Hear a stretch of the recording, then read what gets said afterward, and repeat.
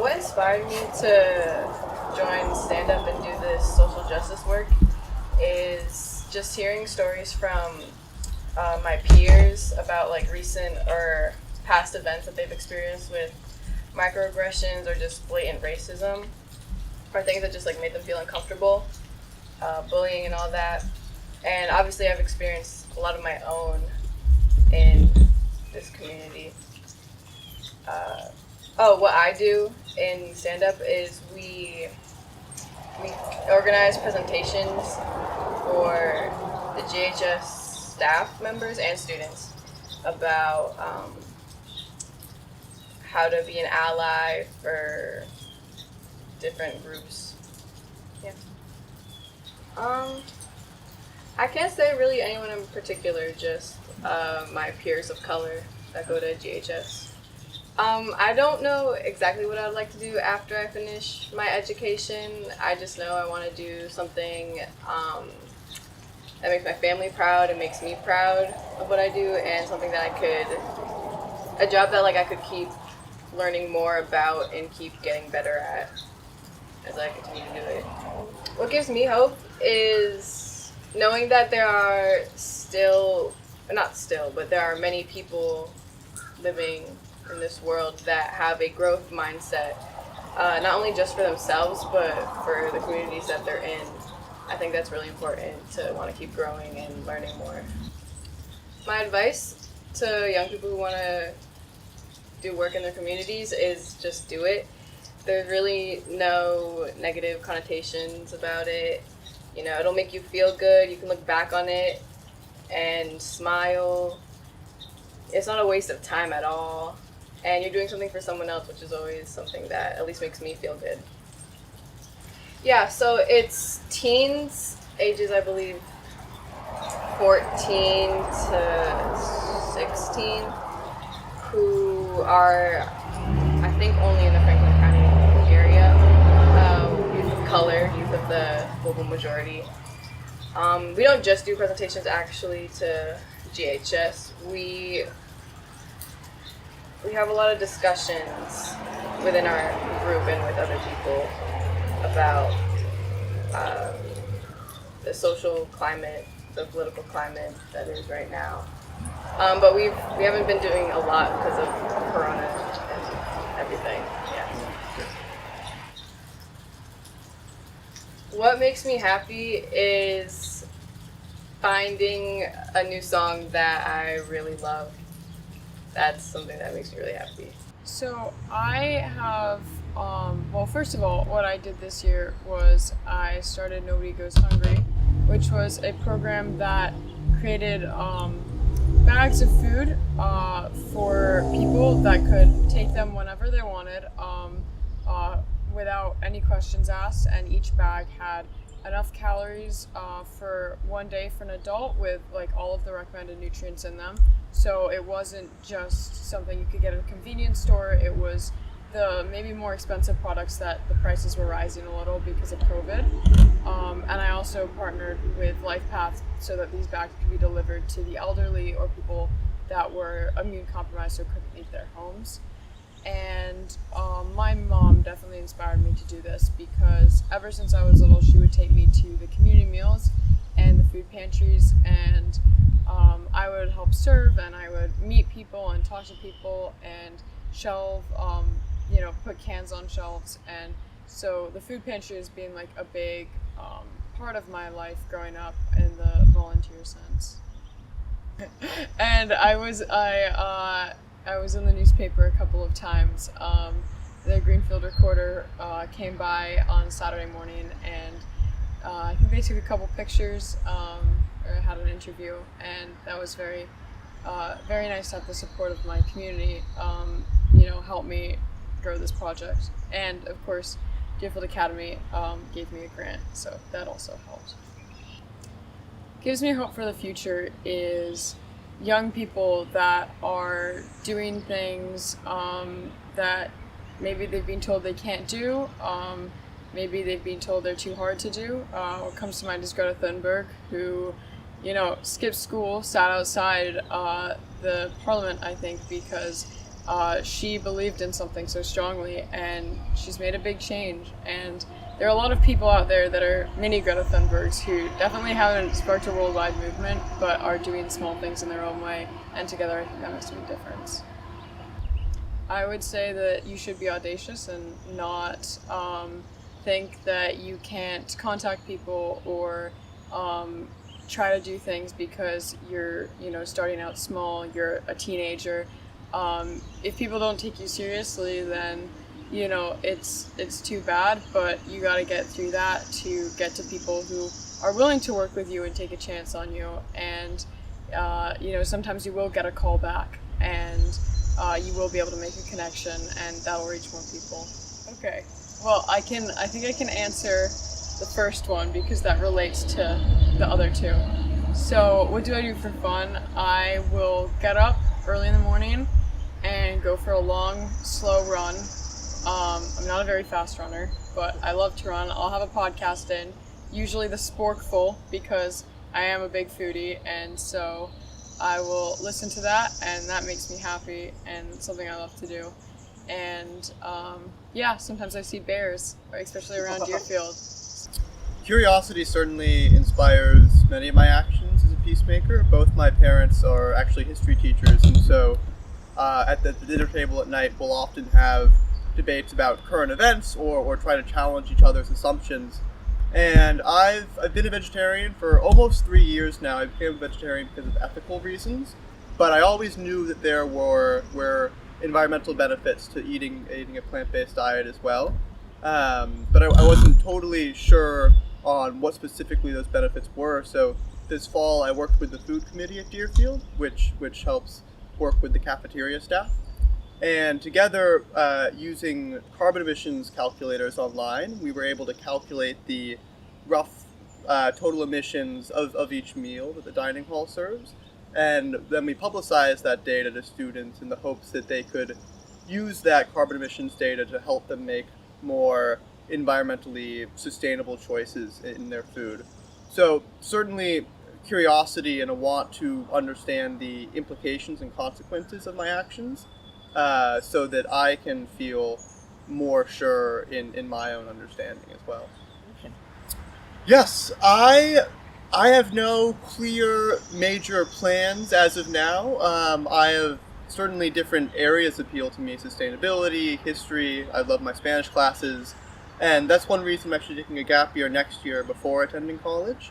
I'll be working on the Vermont Youth Conservation Crew, which works in state parks and along the Appalachian Trail. Lots of conservation and restoration efforts with that. I'll be working in a factory in Turner's Falls that makes plant-based meat substitutes. And then I'm hoping to intern with some representatives at the Massachusetts State House or the Greenfield Recorder maybe as well.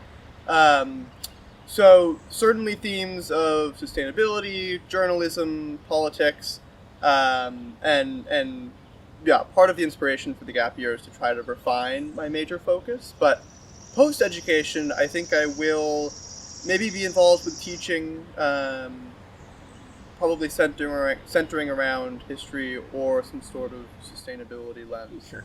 What gives me hope? Juliet spoke really well about the young people in this community, and certainly the work of young people provides me hope as well. There's been a lot of resiliency in the face of the COVID pandemic. Lots of my friends at school have been developing nonprofit organizations. Julia was talking about Nobody Goes Hungry. There was another group at our school that helped bring masks from overseas, surgical face masks, to doctors or other staff in hospitals. So I think although it was a very challenging year, and although we were faced with great obstacles, I think students responded really maturely by recognizing problems in their community and then taking direct actions to remedy some of those issues. So that certainly gives me hope that we can go through such a tough year and yet we respond in really resilient ways. Have personal and down-to-earth conversations with other young people.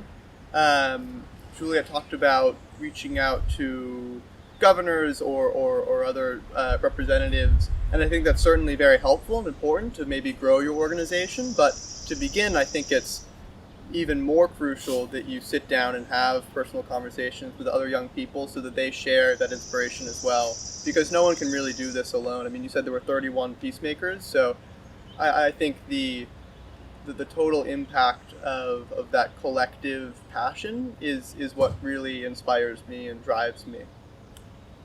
I really love playing music. 8 years ago, I was wandering through a dump in rural Vermont, and there was a free pile where people would leave items they no longer wanted, like microwaves, books, baseball bats, stuff like that. And then other people could take them. And that day in the dump, I found a drum set in the free pile, and so we took it home. I've been playing ever since. I really. It's almost like another language to me. I've loved discovering that musical phrases and words with other people. So certainly playing music makes me very happy. It's something I really enjoy doing. I think just people around the world and seeing people on social media really inspired me. I first got really into social justice work when I was in 7th grade, and I was seeing a lot happening in my community and around the world, and that really inspired me to do more work and do what I can to give back to my community as well as fight for what I think is right. Well, I want to be a teacher. I like working with kids, and I want to work with younger people and help shape a future for them and give them experiences. I also want to do more social justice work in my adult life. I want to attend more protests. I want to do a lot of community service, I think, and I want to work with charities as well. So, I've been on my student council executive board since my sophomore year. I am also a class officer for my class, so that's a way I give back to my school community. I've also joined my school's social justice league. We're working on practicing restorative justice and understanding the social issues that our school faces, as well as the country. I've also done a lot of my own research in trying to understand the problems our country's facing with racial justice, and the fight for equality for people who are LGBTQ+, and gender equality. So that's what I'm up to. What gives me hope? This might sound a little weird, but my little sister, we don't get along all the time, but the way she comes forward into the world, honestly, it makes me really inspired, and it makes me hope for a better future. My advice would be to not let people who are against you get in your way. I know that can be hard, but if you let all other people's negative comments stop you, you're never going to be able to push forward. So I think it's really important to be true to yourself and to push back against people who think you're doing something wrong or who don't support what you're doing, because if you truly believe in what you're doing, then it's something worth fighting for. What makes me happy is the arts. I know that's a pretty broad subject, but I've been creative ever since I was little. I've been dancing for almost 15 years. I'm really passionate about drawing. I love theater. I love music. I was in my school's band for a long time. And that I really like being creative, and that's what really makes me happy. I'm in a social justice group at my school that just started this year. We organized some fundraisers for that. We did one for the Senate races in Georgia, and we're working on one now to help fight Asian American hate crimes.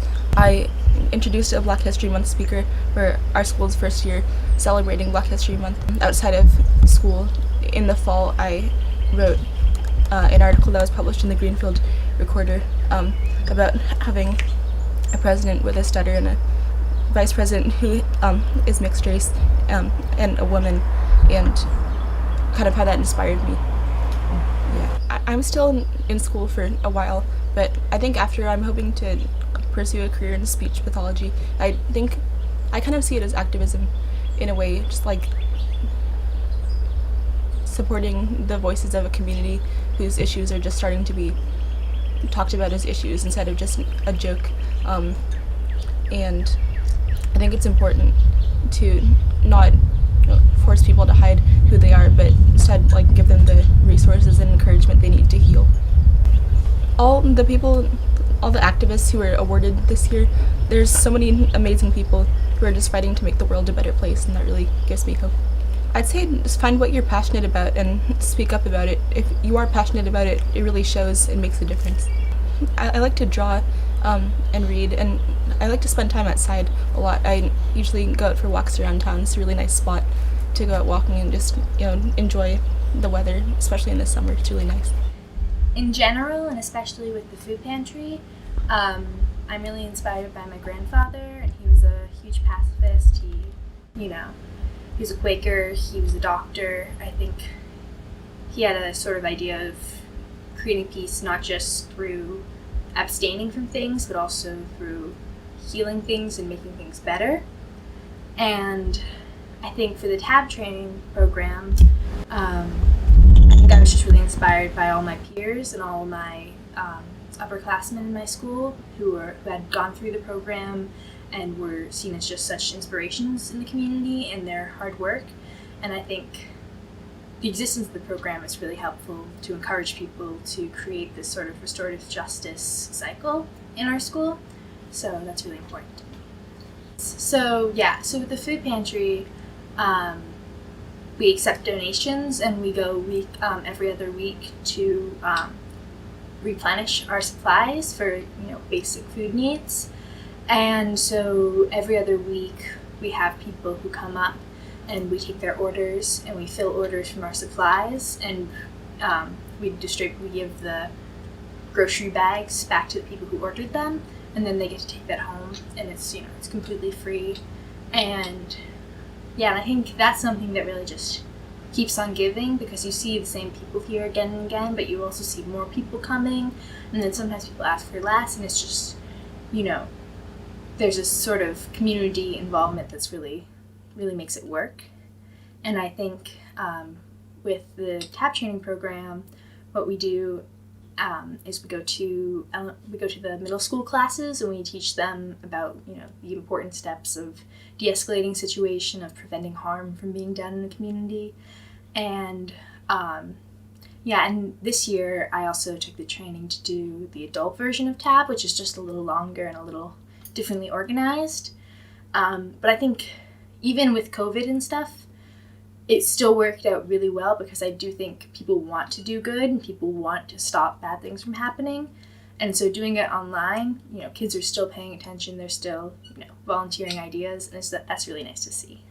Well, I mean, in terms of majoring and things like that, I'm hoping to get a degree in art history at this point, but I think in terms of, in general, doing good in the world, I would like to make the world better. I think the skills of restorative justice are really important, especially as we sort of consider alternatives to conventional policing, as we consider ways to make decisions more community-based rather than from an authority figure. And I think, I think being able to be involved with my community, whatever community it is, that's going to be really important to me. And so, I'd love to be able to archive art, to curate, different areas of history, and sort of understand why society is the way it is. I guess this is going to be kind of cheesy, but I guess like the present, I think I'm really lucky in that I live in a beautiful town, and I spend a lot of my time walking. I'm outside, hours every day, and it's not hopeless. The world isn't a bad place, and there's an order to things, and if we can sort of understand how to find our place in that, how to make it more comfortable and not destroy other things, I think we could, because everything keeps going. It's kept going since the beginning, and it'll keep going after us. So we just gotta keep moving forward. I think it's just really important to not be intimidated by people or by doing things, because I think if you're a young person, these programs are often led by adults, because adults have the time and the resources for that. but they really appreciate having young people around, and if you can encourage your peers to join it with you. I know I've had friends who've worked with me at the food pantry, and I know that doing the tab program with my friends has always been fun. It's it's serious, but it's also, we get to present stuff and get to talk about things. And so I think there's a value to being a young person in this work. There's a value to having that energy, and I don't think you'll be counted out if you can prove your worth. So I guess I'll do what I do for fun. I listen to a lot of music. Right now I'm listening to a lot of 90s indie stuff. I walk a ton. I read a lot. I guess I love books. I love movies. I think really, I love most things. I think taking things in is one of the best ways of learning about things. So yeah, I watch a lot, I read a lot, I walk a lot. I love talking about this because a lot of what I do currently and also what I have done in the past are related to my background. I really attribute a lot of my interest and also why I pursued Outreach and Prep, which is a free online tutoring and mentoring program that I began last summer, to really just the places that I've been, the people that I've been with. So, in general, I've been moving around since I was very young. I grew up in China before coming here to New York City, which, as you know, is very different in many different areas. And I would say that my environment definitely contributed to sort of how I perceive the world and the things that I want to do with the resources that I have. Last summer, because of the pandemic, I know that a lot of my neighbors' kids have been reaching out to me, to some of my friends about possibly tutoring them. And because I had some free time on my hand because it's online school, and I've been fortunate enough to, be able to continue my education despite the fact that a lot of other students' education were interrupted, I was able to reach out to my friends. And as a head peer tutor at my school, I kind of had the resources to basically go around and recruit a lot of tutors who have already received training and are qualified to tutor middle school students. And the operation really began really small. It was just the fact that I wanted to help out with the kids in my area. Mostly kids that I know of, people who I know on a first name basis. So seeing them being affected really got to me. And so I asked a few of my friends, and they agreed to help out. And, as this thing kind of went on, we were posting on social media and word of mouth. We got a lot of more students, basically. And so, as sort of an effort to keep this operation going, we began to reach out to other high school students outside of the Deerfield Academy area. And and that was how we got started basically with the tutoring program. I would say there's definitely a lot of inspiring people in my life. I've worked for the Assemblywoman Yulino, who is the second Asian American Assembly member actually of New York State. And I've been with her since my freshman year, and she's been a really big part of kind of how I perceive the world, my relation to New York, and me finding my place in, I guess, such a diverse city. And I've seen the way that she addresses issues and the kind of hands-on approach that she takes, the way that she kind of involves her community, her resources, people that she know, and people that know her, to kind of reach out to people all around her. So I would say that, like, out of, like, my teachers, my parents, and everyone that I've been with, there's a lot of people who have been kind of just around me and inspiring me to do this kind of work. But she's definitely one person that I can just name off the top of my head. But I guess my aim is to kind of just explore the world around me and try to help out as many people along the way. I think that as of right now, there is just so many different paths that you can take. There's so many opportunities, so many doors. But at the end of the day, it's really what I do along the journey of, getting towards my career goals, getting towards sort of what I want to do in life. And I just want to make sure that along the way, I'm staying true to myself and staying true to my values, and hopefully become a inspiring person for someone else and maybe inspire someone else along the way as well. I have been fortunate enough to be surrounded by just amazing people, especially when I was working on Outreach and Prep. And given the amount of time, which is not a lot, we began the operation in April. And by, like July and August, we've hosted over 600 sessions. So it was a lot of tutoring and a lot of mentoring being able to be done in that short amount of time. And I really credit all of that to just the people around me, especially my friends. They're amazing. They're so smart. Um, and the fact that they're just willing to help me out in any sort of way, me reaching out to them over a text and just like, hey, do you think you can tutor this kid for 1 to 2 hours a week? And them being like, yeah, of course, like I would love to do this. Just people around me. And I've also seen, from Deerfield Academy, a lot of my peers doing amazing things during the pandemic and before and after. Um, and that just gives me a lot of hope about the people that I will be working with in the future and the people who will be going on this process with me. My biggest advice is definitely to just find something small in your community that you're really passionate about. And I know a lot of parents and students would be grateful for that. And really just focusing on addressing a particular issue. I mean, I think I was definitely very intimidated by the idea of, the social justice work in terms of thinking about the grand scheme of things. But really, anyone can pursue, like issues that they see in their community and finding ways to address it to the best of their ability. It really doesn't have to be like this really huge issue that you find and try to solve. It could really be something as small as, helping around neighbors, helping our neighbors' kids. And a lot of the times, like while you're doing that, while you're addressing the smaller issues along the way, you'll meet people, you'll find more resources, you'll learn a lot. I think because of the pandemic, I've realized how much I miss being with my family. So the question that I'm answering is, what makes me happy, and it's definitely being around my parents and being around my family.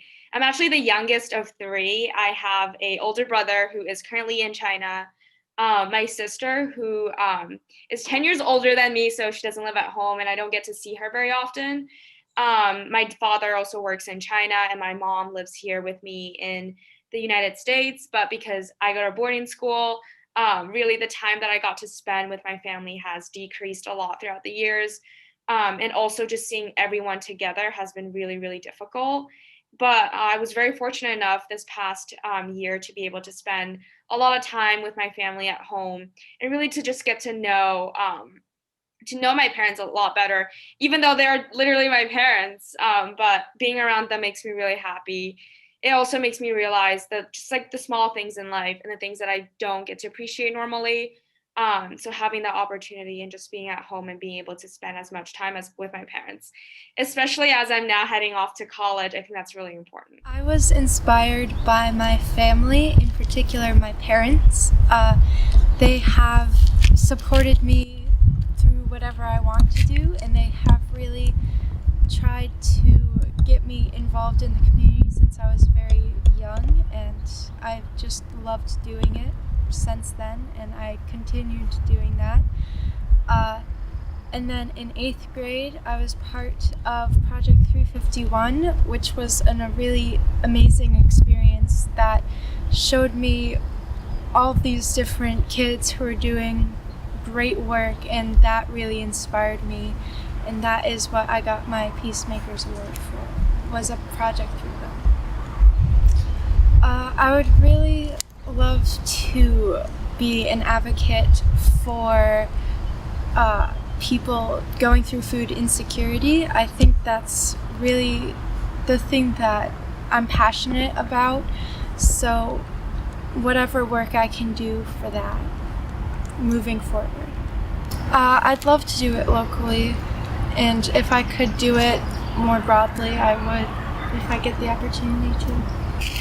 I think what gives me the most hope for the future is seeing younger kids participate in different community projects, because I don't know, it's inspiring to see all different people partake in projects for their communities. So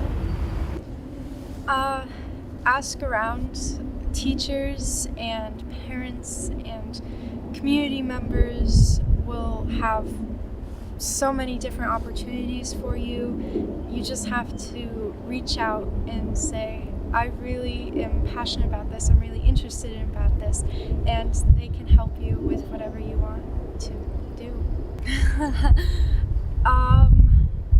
I've recently taken up painting. It's one of my new favorite things, especially painting nature. I find it very calming. My church family and my mom and my dad have inspired me hugely to do what I do. And I got the Peacemaker Award for a lot of different things, but primarily for a lot of church events I do. I help run a couple church events like B-Fest, which is an annual event that the church does to honor our former pastor, Lorenzo Lanestroth, who made the first wooden beehive. And I've also done a lot of other events. I do Relay for Life, CWS. I made a quilt this year as a donation to raise money for CWS. I have a couple different things. I want to be in law. I either want to become a lawyer to help, and I don't know what type of lawyer I'd want to be. I'd either want to be in criminal justice or in child protection lawyer, which to help with like child abuse. And honestly, my parents and the my future. To go from day to day, I think of the broad picture, not just tomorrow, but a year from now. And that really gives me a lot of hope. And I also have the support of my family and my church. So I tell them go for it. And you don't have to do like a huge thing to start with. Even just doing one small little thing for somebody can really change their world. And as you go on, you can figure out and look into your community and what your community needs, and then go into that. What I do for fun is I quilt, and I also have a boat and a jet ski that we go on. That's really my fun thing. And I do a lot of cooking, so my cooking is my favorite, or my mom's cooking.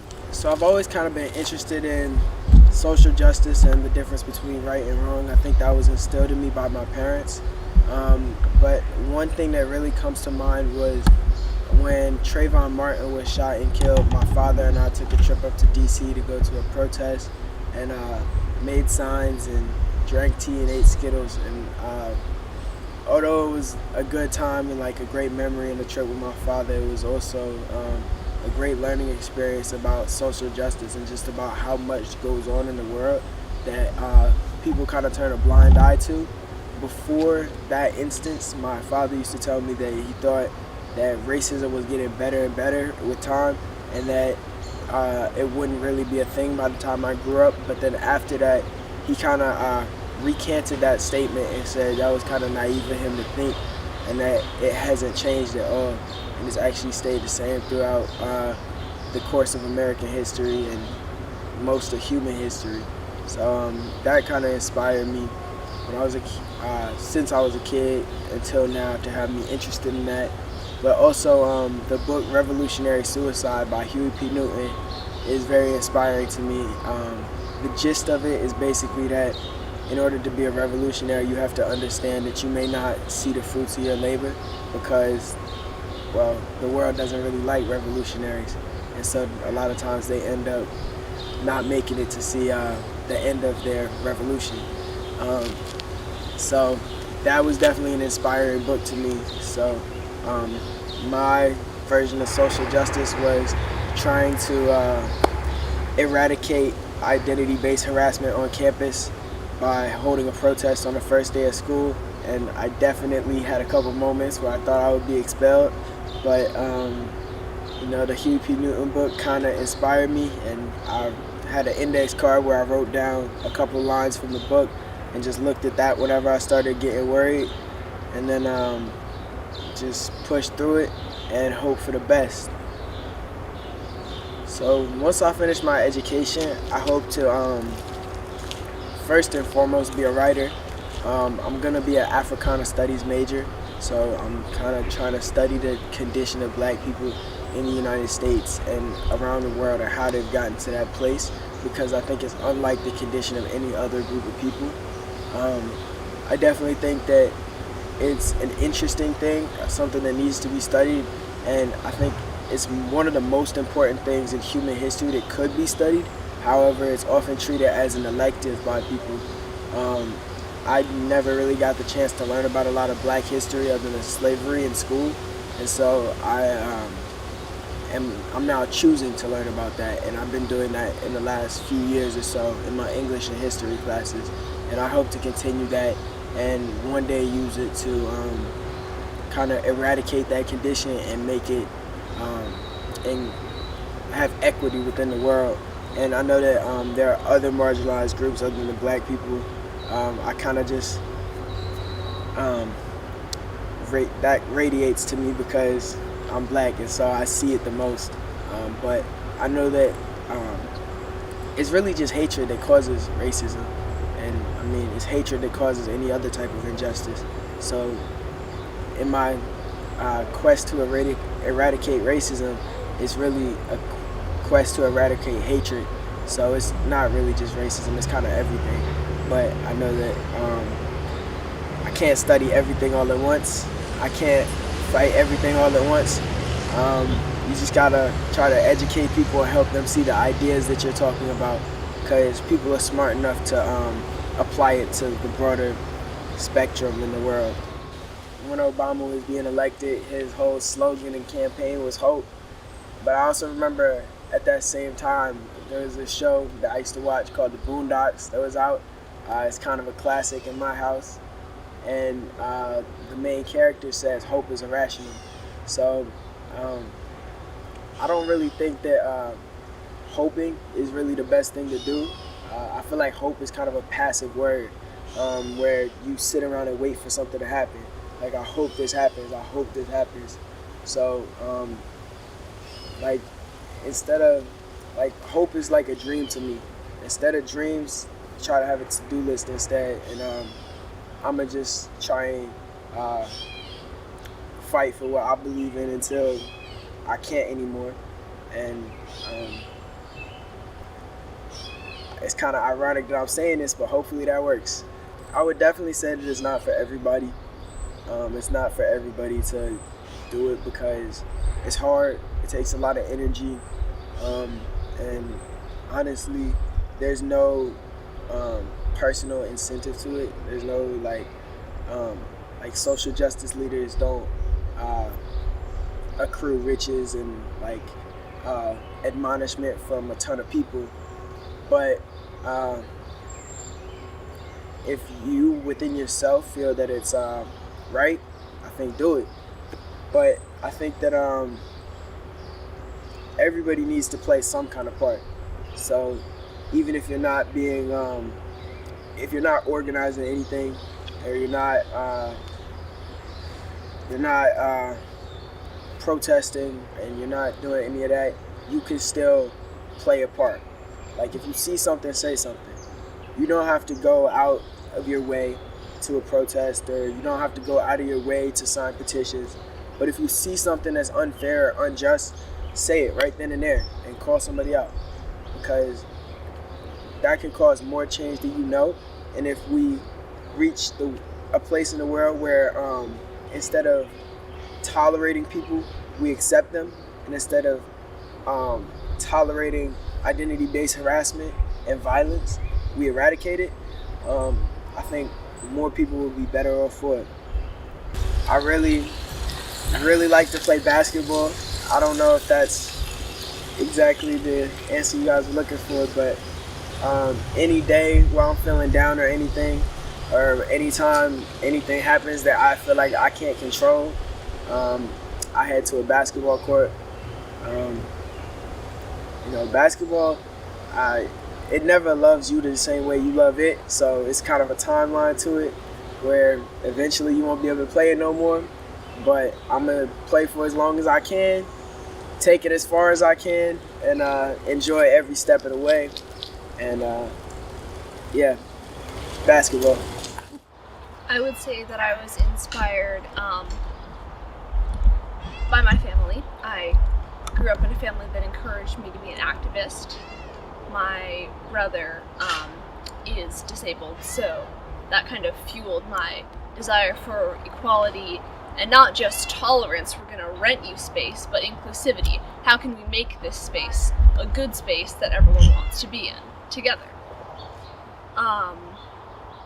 I'd say that I was also inspired by heroes from the past, Sylvia Rivera, Marsha P. Johnson, Harriet Tubman, Sojourner Truth. Heroes from the present, Ruth Bader Ginsburg. Well, actually, I suppose she's the past now. That's sad. Anyway, Rita Mu, she's also from the past. Greta Thunberg, Malala Yousafzai.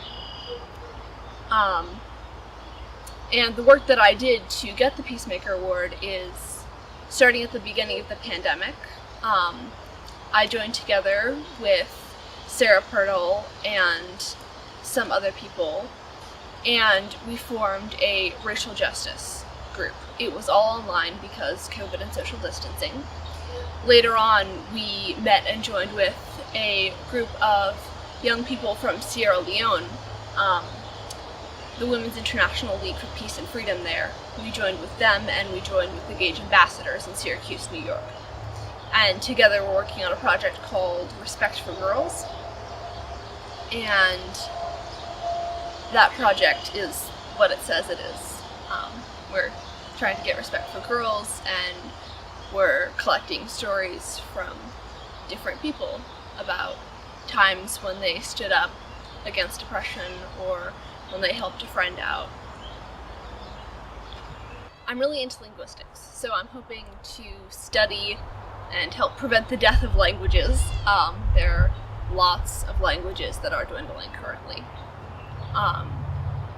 which is one of the downsides of more global community, is that it tends to generalize. So I'm hoping to work with that in wherever there are endangered languages that need my help. I want to foster teenagers in the foster care system because they always need more foster parents.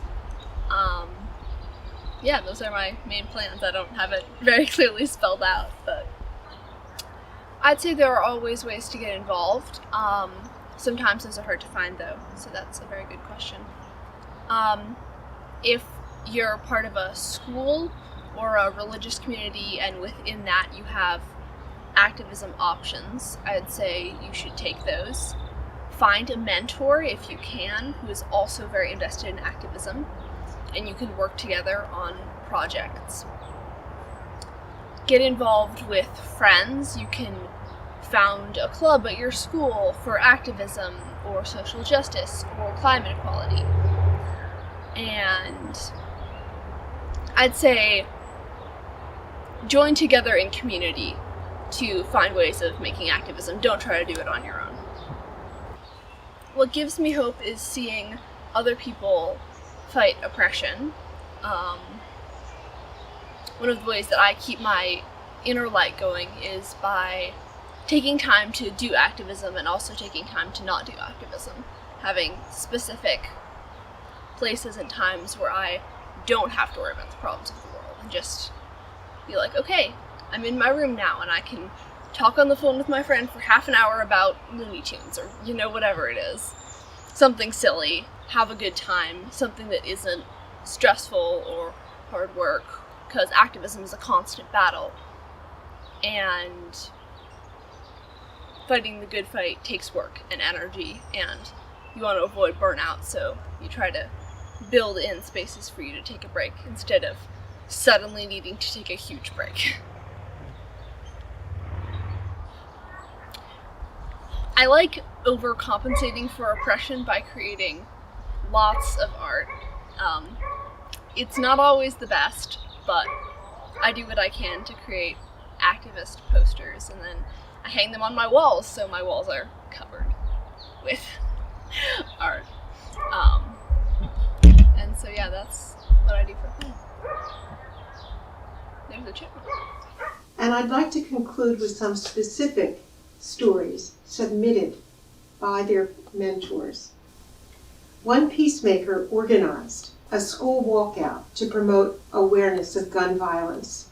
She led discussions about race, immigration, cultural traditions, and institutional racism in her school. She has participated in river cleanups and, quote, sees herself as an agent of change. I can't wait for her to grow up. I know. I think she's well on her way. Another peacemaker started a Syrian awareness project at her school to educate the student body and the wider community about the Syrian war and ways to support Syrian refugees in the area.